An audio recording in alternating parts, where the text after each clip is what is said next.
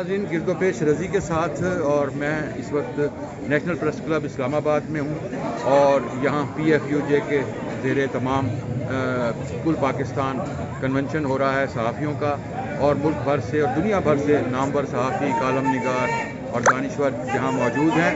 بنیادی موضوع ہمارا آزادی صحافت ہے، وہ قوانین ہیں جو منظور ہوئے اور ان قوانین کی منظوری میں پارلیمنٹ کیا رول پلے کر رہی ہے اور جن سے جمہوریت کی توقع تھی، جن سے آزادی اظہار کی توقع تھی، وہ کیا رول پلے کر رہی ہے۔ یہ سارا آج کا موضوع ہے اور اس وقت اندر سیمینار ہال میں آپ کو میں لیے چلتا ہوں۔ میں نے انہیریٹ کیا تھا، میں کیا کروں؟ اگر پارلیمان بالادست ہو تو وہ اس کو کریکٹ کر سکتا ہے، لیکن جس چیز کی طرف اشارہ ابھی تک نہیں کیا گیا وہ یہ ہے کہ کچھ لوگ نہ آئین کو مانتے ہیں اور نہ پارلیمان کی بالادستی کو مانتے ہیں۔ دس از این امپورٹنٹ پوائنٹ۔ آپ نے مارشل لاء کا ذکر کیا، خود ہمارا ایک بڑا معتبر ایڈیٹر تھا پاکستان ٹائمز کا، کیا اس نے یہ اداریہ نہیں لکھا یحییٰ خان کے دور میں؟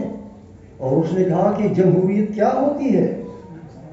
جمہوریت وہی ہے کہ جس میں عام آدمی پارٹیسپیٹ کرتا ہے، یہ اس کا اداریہ ہے۔ اور جو میری عمر کے لوگ ہیں انہوں نے پڑھا ہوگا۔ اور اس نے کہا کہ جو فوج کا سپاہی ہے وہ تو عام آدمی ہے، تو اس میں اور جمہوریت میں کیا فرق ہے؟ اس اداریے کی کاپی میرے پاس اب بھی موجود ہے۔ تو ہمیں یہ بھی تو دیکھنا ہے، ہمیں یہ بھی دیکھنا ہے کہ ہم نے اسی طرح غیر جمہوری اور مارشل لائی حکومتوں کو سپورٹ بھی کیا ہے۔ This is what has happened. This is on record. I'm not making it up myself.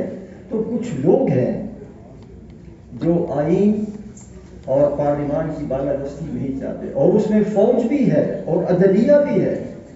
کیا یہ حقیقت نہیں ہے کہ جب چودھری افتخار صاحب چیف جسٹس تھے تو انہوں نے برملا یہ تھیوری پیش کی، اور انہوں نے پہلی بار 2011 میں کراچی میں کی، اور کہا کہ وہ دور ختم ہو گیا کہ پارلیمان بالادست ہے۔ اب پارلیمان بالادست نہیں ہے۔ These are his words, written words. اب آئین بالادست ہے، اور آئین کیا ہے؟ آئین وہ ہے جو میں کہتا ہوں کہ آئین۔ تو جب ایک ادارہ یہ کہے کہ پارلیمان بالادست نہیں ہے، وہ آئین بالادست ہے، ہم مانتے ہیں کہ آئین بالادست ہے، لیکن آئین تو وہ ہے جو آئین کے اندر لکھا گیا ہے۔ آئین وہ نہیں ہے جو صرف چیف جسٹس بیٹھ کر کہے کہ یہ آئین ہے بغیر ریزننگ کے۔ جب وہ 2 بوتل شراب برآمد ہوتی ہے اور وہ کہتا ہے کہ یہ پبلک ایشو ہے، جب وہ مخالف جنرل پرویز مشرف کی بجلی کا بل منگواتا ہے اور اس کو سمجھتا ہے کہ یہ تو ہیومن رائٹس کا ایشو ہے، میں دیکھوں گا اس کو، اور جب وہ چینی کی قیمت 40 روپے مقرر کرتے ہیں، اور جب ریکو ڈیک میں پاکستان کو $6 ارب کا جرمانہ اس کے فیصلے سے ہوتا ہے، then there was a need. کیا آپ نے اس جوڈیشری کو لگام دینی تھی؟ ادروائز اگر وہ اسی طرح چلتا رہتا تو حقیقت یہ ہے کہ this country would not have survived. تو میں یہ جانتا ہوں جب یہ انٹرنل ڈسکشن ہو رہی تھی کہ بھائی عدلیہ کا کیا کیا جائے اگر یہ اسی طرح چلتا رہا، اور یہی وجہ ہے کہ چارٹر آف ڈیموکریسی میں یہ ڈالا گیا کہ ہمیں آئینی کوڈ بنانا ہوگا، باوجود ہم نہیں کر سکے۔ But you tell me, I want to ask you, کہ جب ایک ادارہ کہتا ہے کہ پارلیمان بالادست نہیں ہے، آئین بالادست ہے، میں تو مانتا ہوں، لیکن جب وہ یہ کہے کہ آئین وہ ہے جو میں کہتا ہوں، اور ہم نے کتنے فیصلے دیکھے کہ آئین کے اندر کچھ اور تھا، اور بالآخر اس عدلیہ نے مان بھی لیا کہ ہاں بھٹو کو ہم نے پھانسی غلط دی تھی، می کلپا۔ لیکن کیا دوسرے اداروں نے بھی غلطی تسلیم کی ہے؟ کیا فوجی جرنیلوں نے تسلیم کیا ہے؟ تو یہاں تو اس کی بھی بات ہونی چاہیے۔ میں مانتا ہوں کہ سیاسی جماعتیں ذمہ دار ہیں، پارلیمان کمزور ہے اور ذمہ دار ہے، but to only pinpoint a political party and to only pinpoint the parliament, I think is not the justice. اور جسٹس کا تقاضا یہ ہے کہ بھی مظہر عباس نے بھی بات کی، جب میڈیا کمرشلائز ہو جائے جب میڈیا کے ہاؤسز کمرشلائز ہو جائیں اور ان کا تما جو ہے وہ مصلحت ان کی دولت کمانا ہو, do you expect from that media to be independent? میں پی ایف یو جے کی بات نہیں کر رہا, میں میڈیا ہاؤسز کی بات کر رہا ہوں. آپ کو سوچنا ہوگا.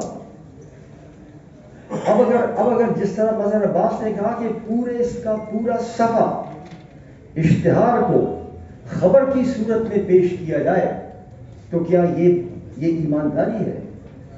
اور اس کے خلاف کوئی آواز ہی نہ اٹھے.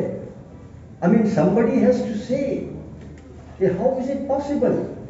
تو جب اتنی کمرشلائزیشن ہو جائے اور پروفیشنل ایڈیٹر کا عہدہ ختم ہو جائے اور کمرشل مالک جو ہے وہ ڈٹرمن کرے دا میڈیا کنٹینٹ, تو یہ بھی تو ہم کو دیکھنا ہوگا. میڈیا کنٹینٹ پر پابندی جو سرکار لگاتی ہے وہ غلط ہے, لیکن میڈیا کنٹینٹ پر ایسی انڈائریکٹ پابندی جو کمرشل انٹرپرائز لگاتے ہیں یہ بھی تو درست نہیں ہے. So we have to see the holistic approach. اور اس میں سیاسی جماعتوں کا قصور یہ ہے, and I belong to a political party, جیسا میں ٹھیک کہا کہ وہ پیکا کے خلاف جب پی ٹی آئی کی حکومت بن رہا تھا اس کے خلاف جو دو بڑے احتجاج ہوئے تھے پارلیمان کے سامنے, میں چونکہ دونوں میں شامل تھا. ایک احتجاج میں ہماری پارٹی کا سربراہ تھا, دوسرے احتجاج میں شہباز شریف بھی تھے, میں دونوں میں موجود تھا. I have seen it, and now the same parties are supporting they also owe an explanation to the people of Pakistan. They really owe an explanation to how, what happened. اب اگر پارلیمان جو ہے, اس کا مطلب یہ ہے, یہ تقویت پہنچتی ہے اس بات کو کہ پارلیمان جو ہے اس کے اوپر کسی اور کا دباؤ ہے. And we must point out, گزشتہ دنوں میں یہ جو 26ویں ترمیم کی بات ہوئی ہے, میں سمجھتا ہوں کہ اس کا وقت آ گیا تھا, because primarily it was meant to correct the imbalance of power between the democratic institutions and the judiciary. لیکن ہاں, اس کے اندر کچھ لوگوں نے پھر قیمت بھی وصول کی ہے. یہ 26ویں ترمیم پھر ایسے نہیں بنی. آپ یہ کہہ سکتے ہو کہ ڈیموکریٹک پارٹیز نے زیادہ قیمت ادا کی ہے, وہ کیا ہے؟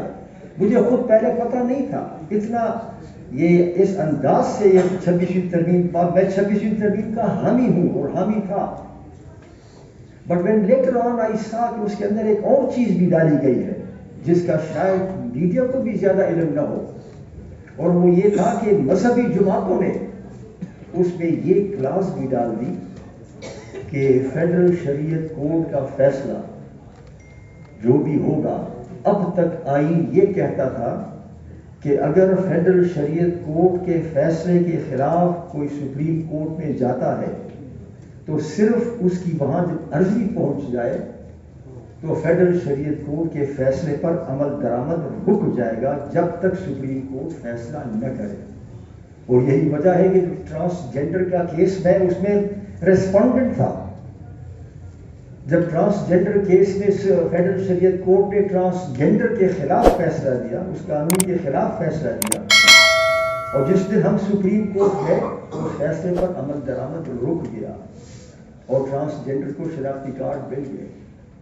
Now under the 26th Amendment, what is worrying, deeply worrying is کہ اب یہ شک ختم کر دی گئی اور کہا ہے کہ فیڈرل شریعت کورٹ کا فیصلہ جو ہوگا وہ اگر 1 سال کے اندر سپریم کورٹ نے یا اسٹے آرڈر نہ دیا یا اس کو ریورس نہ کیا تو پھر فیڈرل شریعت کورٹ کا فیصلہ بالادست ہوگا.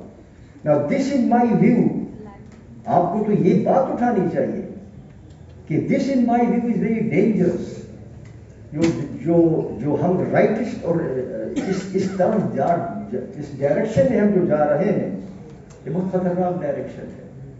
اب اگر کوئی ایسی قانون سازی ہوگی اور فیڈرل شریعت کورٹ کا فیصلہ آئے گا, that will become that will hold the field. یہ جس پر میں تنقید کرتا ہوں, پبلکلی تنقید کر رہا ہوں, but But correcting the balance between the parliament and the judiciary, I would always stand for correcting that balance. تو آج اگر میں کوئی اسی پر میں اپنی گفتگو ختم کروں گا، جو آواز اٹھانی چاہیے وہ یہ ہے کہ جن لوگوں نے پارلیمان اور آئین کو نہیں مانا، ان کو یہ کہا جائے کہ اس ملک کی بقا اور سلامتی آئین کی ہے، آئین کی عبادت ہے، خدا کے لیے آئین کو مانو.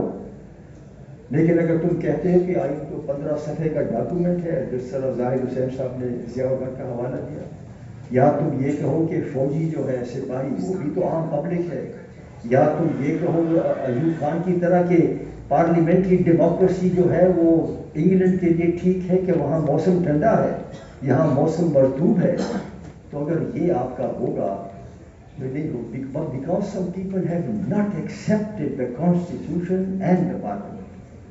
تو میری گزارش یہ ہوگی کہ all that we should demand on this platform is کہ کچھ ادارے اور کچھ لوگ انہوں نے ابھی تک نہ آئین کو مانا ہے نہ پارلیمان کو مانا ہے، اور جب تک وہ آئین اور پارلیمان کو نہیں مانیں گے، بھلے آپ کچھ بھی کر لیں، آپ کچھ بھی کر لیں، this country will always be unstable.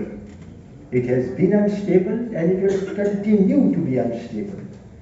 Because کچھ لوگ سمجھتے ہیں کہ وہ آئین سے بالادست ہیں، اور یہی ہمارے ملک کا المیہ ہے. میں آپ سب کا شکر گزار ہوں.